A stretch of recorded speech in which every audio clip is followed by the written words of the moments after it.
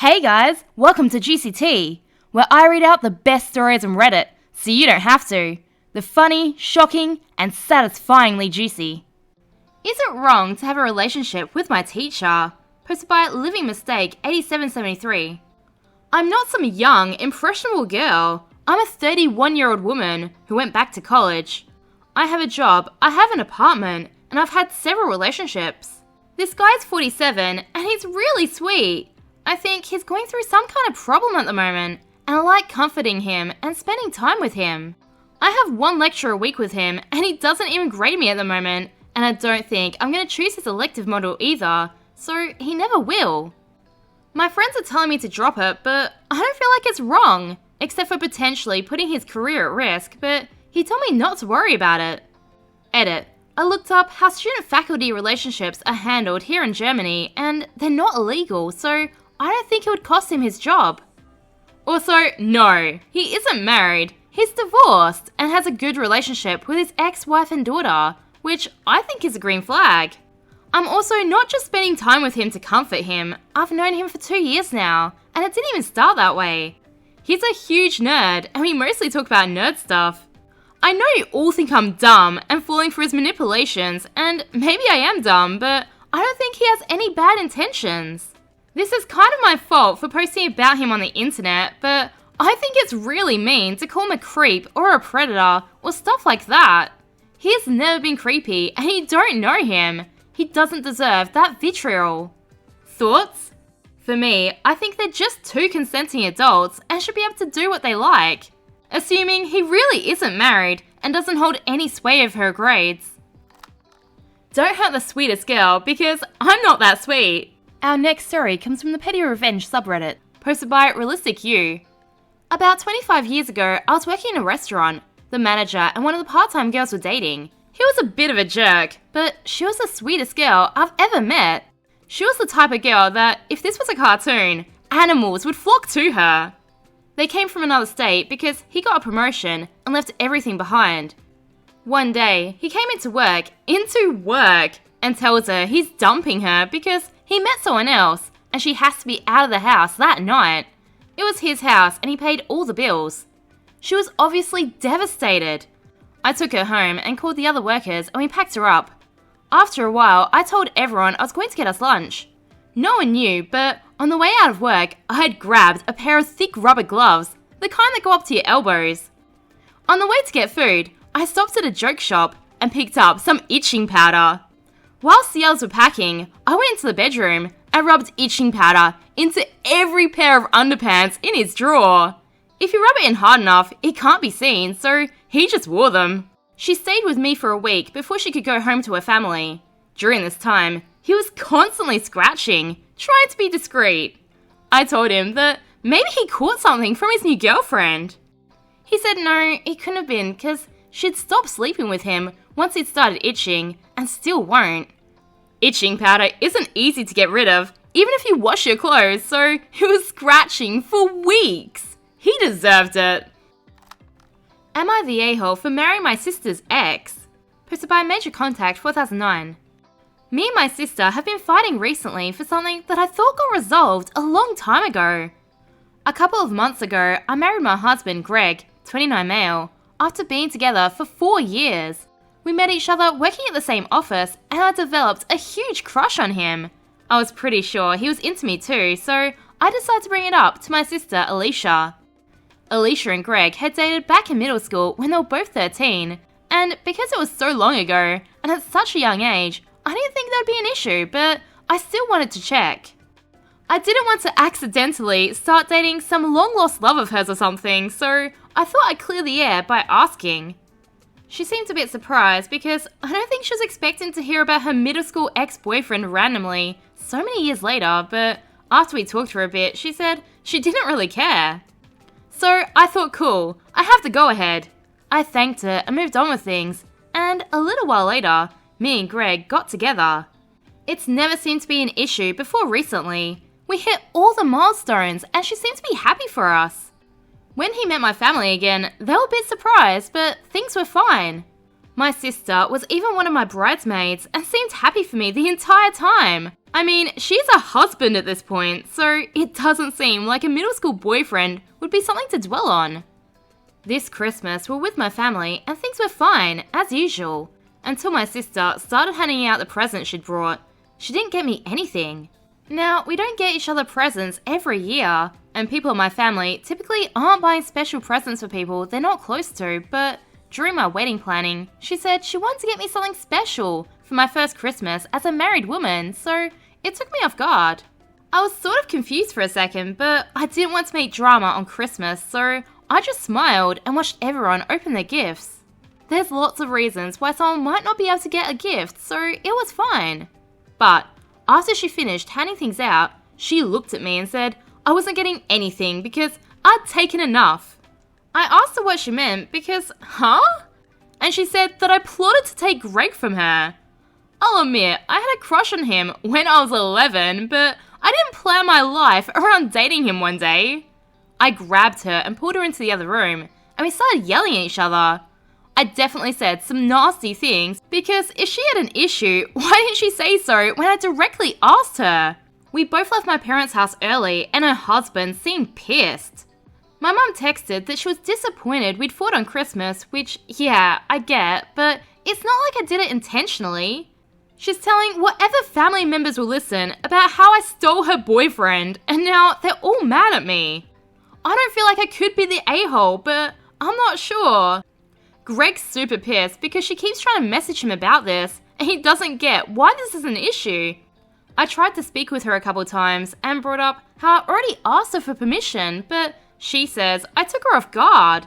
So, am I the a-hole? She was taken off guard for the 4 years you were together? This is so weird. I feel like there's gotta be something more to this somehow. Let me know if you have any theories. Update. Things are pretty tense in my family right now, but at least less people are mad at me than they were before. A lot of you were correct about the marriage issues between my sister and her husband. The other night, my mum invited me over to talk about what was happening. First, she apologised for telling me she was disappointed. Her and my dad were just upset there was drama on Christmas.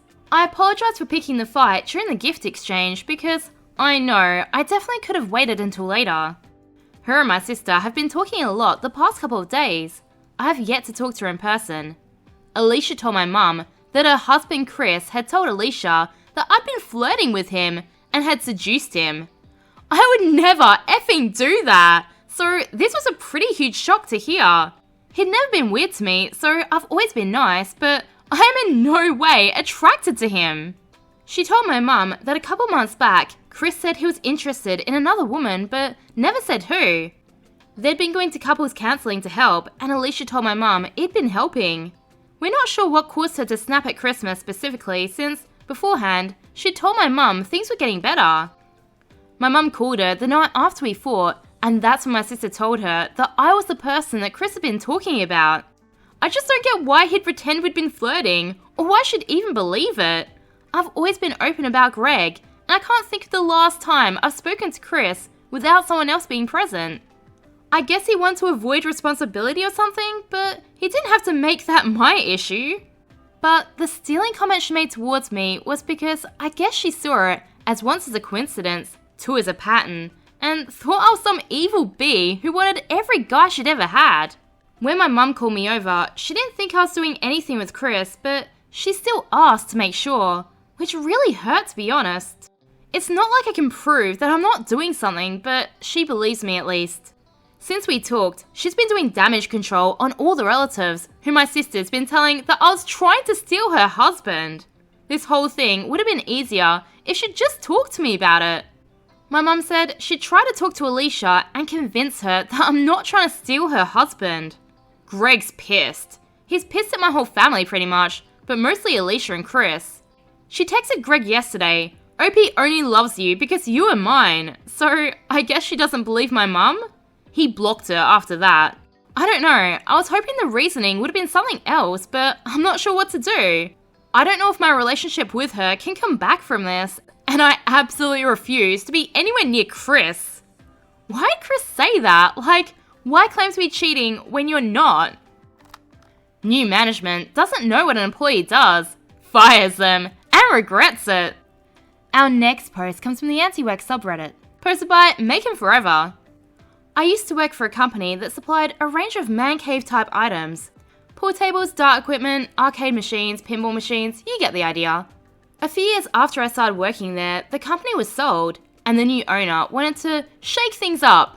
The company wasn't doing great financially, and changes definitely needed to be made, but the very first change the new owner made very nearly sunk the entire business. At this point, I shall introduce you to John, not his real name of course. John works somewhere between 10 and 80 hours a week, turned up and left at completely random times, hardly ever spoke to anyone, and spent all of his time hidden away in a little room in the back of the warehouse. John was also the highest paid non-managerial employee.